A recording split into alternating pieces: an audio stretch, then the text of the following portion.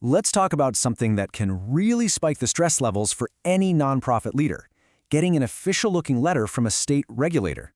In this explainer, we're going to pull back the curtain on these so-called deficiency letters and give you a clear, calm plan for exactly how to handle them. This explainer is part of the Multi-State Fundraising Compliance series, where we break down charitable solicitation registration and compliance into practical, easy-to-understand terms. This resource is brought to you by Ironwood Registrations. You know the feeling. An official-looking envelope lands on your desk, or maybe a formal email pops into your inbox, and you see those words, Notice of Deficiency. Your mind immediately starts racing, right? It feels like you're in some kind of serious legal trouble. But the reality is, most of these letters are purely administrative. So here's how we're going to tackle this. We're going to break it all down into a simple 5-step plan. First up, we'll get a clear understanding of what these letters actually are. Then we'll talk about your immediate first steps. After that, we'll walk through how to build a professional response, look at the common mistakes you want to avoid, and finally, get into how you can keep these letters from showing up in the first place. Okay, let's start at the very beginning. What is a deficiency letter, really? And why do state regulators even send them? So here's the most important thing to get. A deficiency letter is simply a formal notice. That's it. It's the state's way of saying, hey, this filing you sent us is incomplete, or there are some inconsistencies here, or maybe you forgot to include a required attachment. Sometimes they just need a little bit more clarification. And you should know, these are way more common than you might think.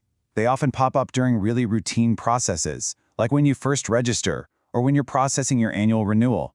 The key thing to remember is that this isn't usually some big enforcement action. It's just a request for more information or a simple correction. So that letter has arrived. What's your first move? Honestly, before you do anything else, the absolute most important step is to just take a deep breath and not panic. Let's put this whole thing into the proper perspective. It is so crucial to understand what this letter isn't. It's not a formal investigation. It is not an accusation of fraud. And it's not a notice that your registration is being revoked. Instead, think of it for what it is: a pretty standard administrative notice, a request for information, and a deadline to make a correction. That's really all it is. Okay, now that we're calm, let's talk about the right way to respond. Here's a step-by-step approach to crafting a professional response that gets the job done. You can really break your process down into 3 simple phases. First up is review. You've got to read that notice carefully and understand exactly what they're asking for and, of course, when it's due. Second is coordinate. This means bringing the right people on your team into the conversation.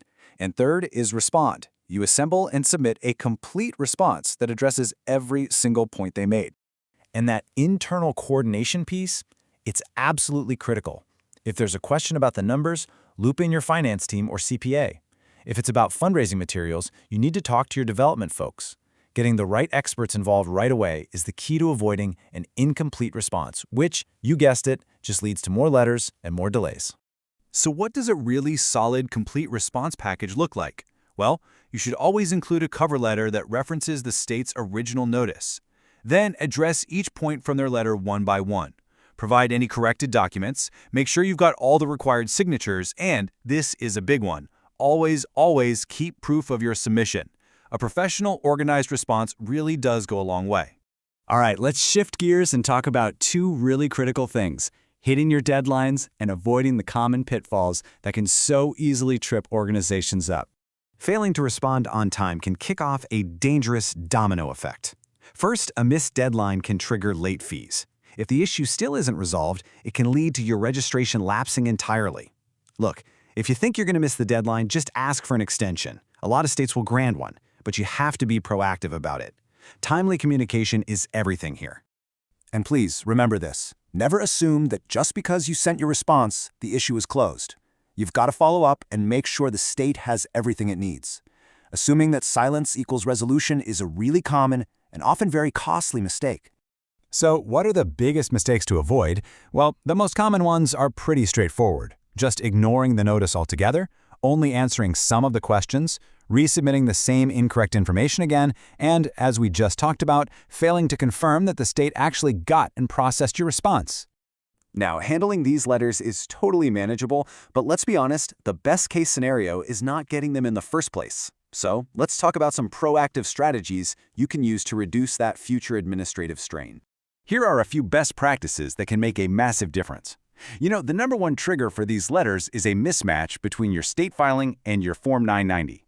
So cross-checking those financials before you hit submit is just crucial. It's also vital to keep an eye on state audit thresholds as your organization grows, and to keep your officer information up to date. And finally, having one person or one system manage all state correspondence ensures nothing ever falls through the cracks. When it comes right down to it, it's this simple. The more accurate you are at the initial filing stage, the less likely you are to get that follow-up letter. It is, hands down, the single most effective prevention strategy there is. And it's also worth noting that every once in a while, a deficiency letter can be a symptom of a much larger problem, like a registration that lapsed that you didn't even know about, or an unfiled renewal from a previous year. If the issue seems to point to something bigger, it probably warrants a more comprehensive review. So here's the key takeaway. State deficiency letters are just a routine part of charitable solicitation oversight. And when you have structured compliance systems in place, they stop being emergencies and they become what they truly are, just manageable workflow items. And that really leaves us with one final important question for you to think about. When it comes to your organization's compliance, have you actually built a smooth workflow, or are you just lurching from one crisis to the next?